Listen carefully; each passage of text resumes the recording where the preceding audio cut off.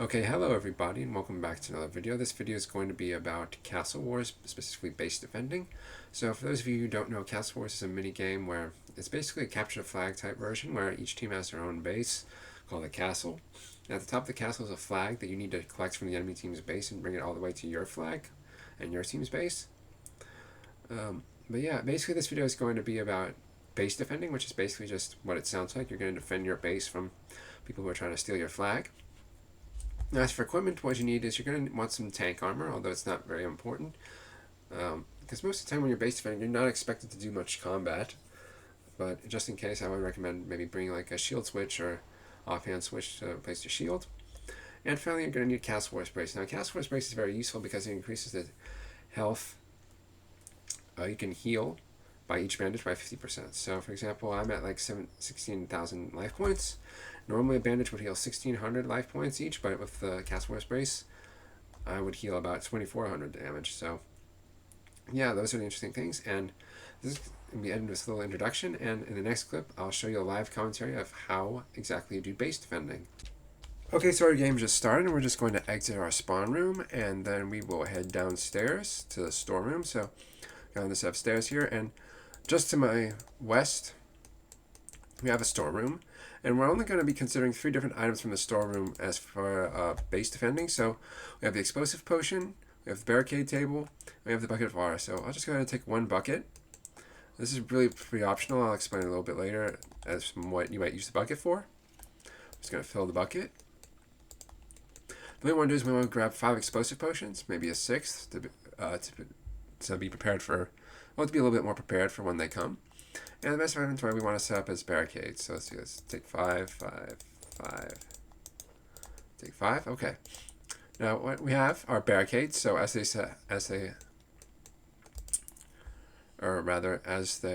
sound like, they stop people from moving behind them. So if you set up a barricade here, and I step away.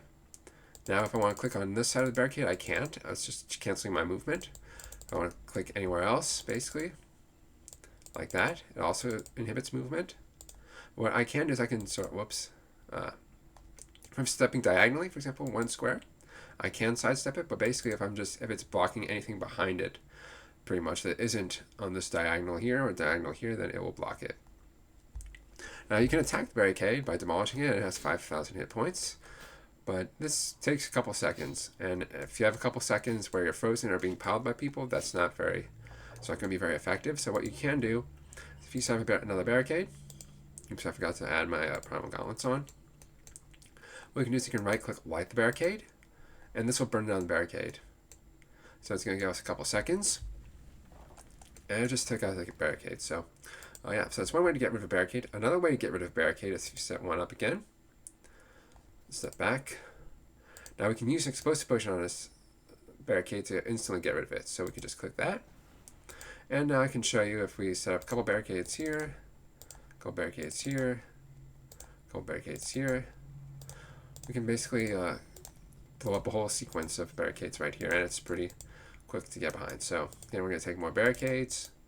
Not barricades, we're going to take more explosive potions, and then barricades. It's actually a little trick with lighting fires on a barricade. So for example, if you light a fire on a barricade, so let's set it up first. And if we click light the barricade, now if we try to use an explosive potion on it, it says nothing interesting happens. And so basically we can use this to block people who are coming in to explode your barricades on the top floor, or close to the top floor of the castle. So I'll just show it again. Again, we set up a barricade, set up light, and use explosive potion on it, and nothing interesting happens. Now this is actually where our bucket of water comes in handy, because if we set up a barricade, step back, light it, use the bucket of water on it, we can actually put out the fire, and it'll actually put out a fire, and now we can't light it now because it just got put out, or can we? That's interesting. I'll try that one again. So let's refill our bucket. Alright, so let's refill the bucket. Set up barricade. Light it. Set a bucket of water on it. It goes away. And actually, I'll also light it again. Okay, that's interesting. I thought that it would actually make the barricade barricade too wet to kind of do anything. So yeah, so that was interesting. I just learned that right now. But basically, again, set up a barricade, light. And if you really need to use the water, again, it's basically just a one-use item. That is. I'll fill this up again and then show it again with a new barricade. So again, we'll light it. So set it up, light it, set it up. Oh, sorry, I want to set it up. I screwed that up. Hang on. So we're going to set up a barricade, going to light it, use our bucket of water, and then immediately use our explosive on it and blow it up. So that's the use of a bucket of water. Again, it's really used in like really niche cases.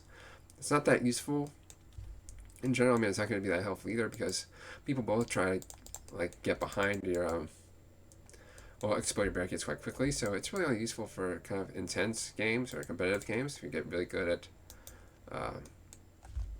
if you get really good at like base defending. But basically, so yeah, we just went upstairs, and now you can see we have a straight shot up to our castle flag. So let's go up these stairs, then up these stairs, and we have our flag here. Now, fortunately, in our game, we have no captures, but basically nobody's going for our flag at all.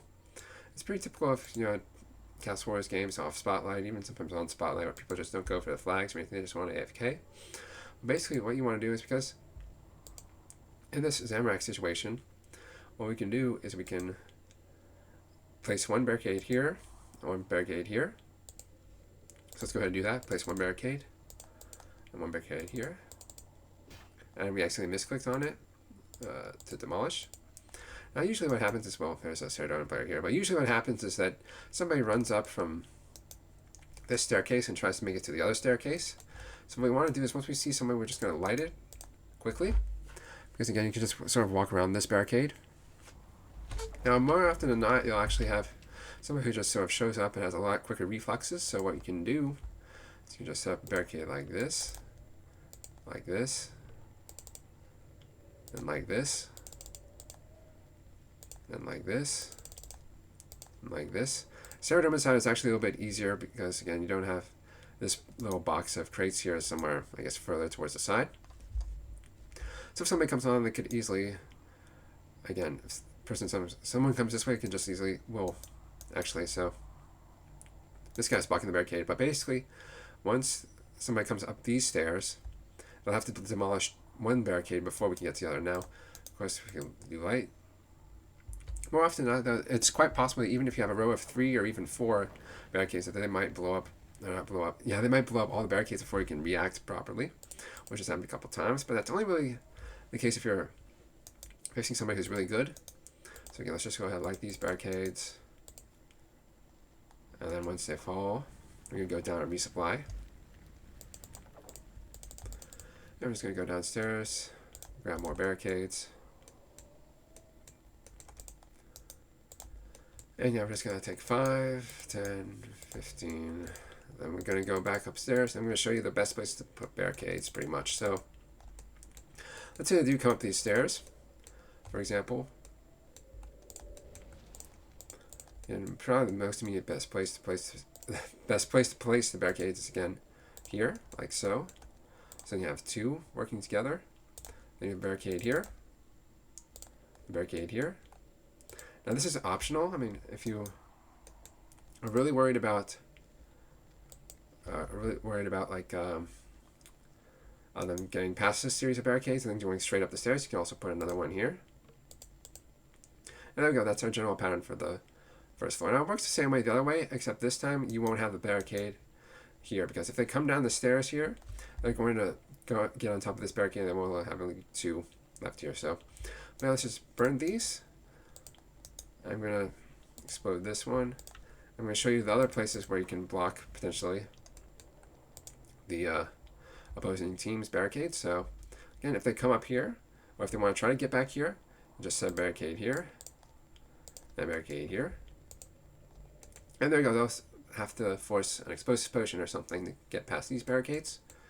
You can also deploy barricades here and here, have the same effect, basically. Just Go like these, and you can't click diagonally on the explosive potions, but yeah. And of course we can just, also this step, we can set up a barricade here, and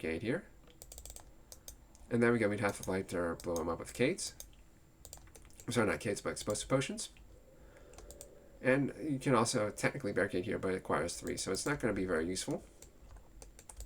Now we're going to go down. We're going to see some good spots to also place barricades, so we're going to explode these.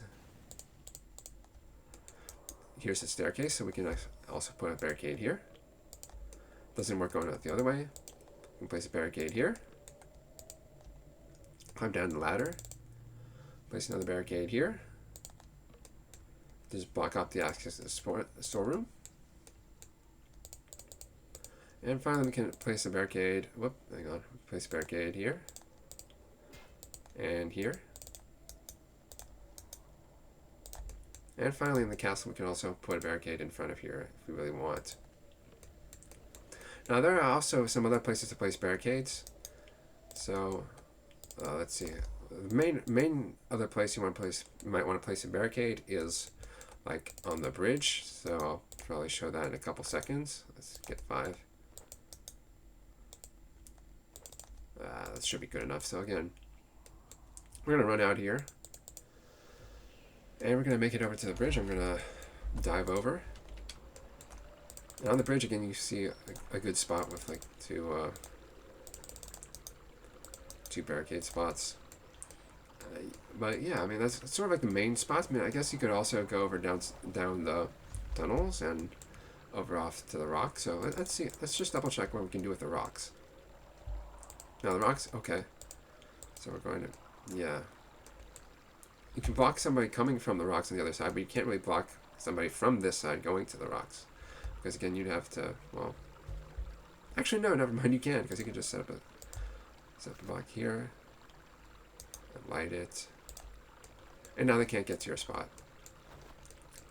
Yeah, but the other place you can do it is, I think, in the mines, where I can show you. Hang on a bit. So if we go down to this middle castle, this middle fort right here, let's go downstairs.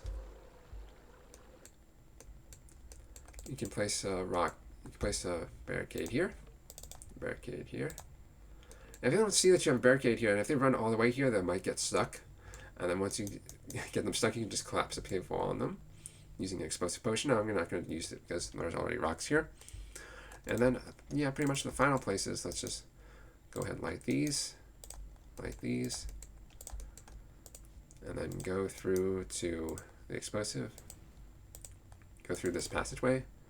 There's, I think, one sort of small area we can actually create a bottleneck, which is like right there, and you can drop it while running. That's actually something you can do in Castle Wars. You can drop the barricades while running.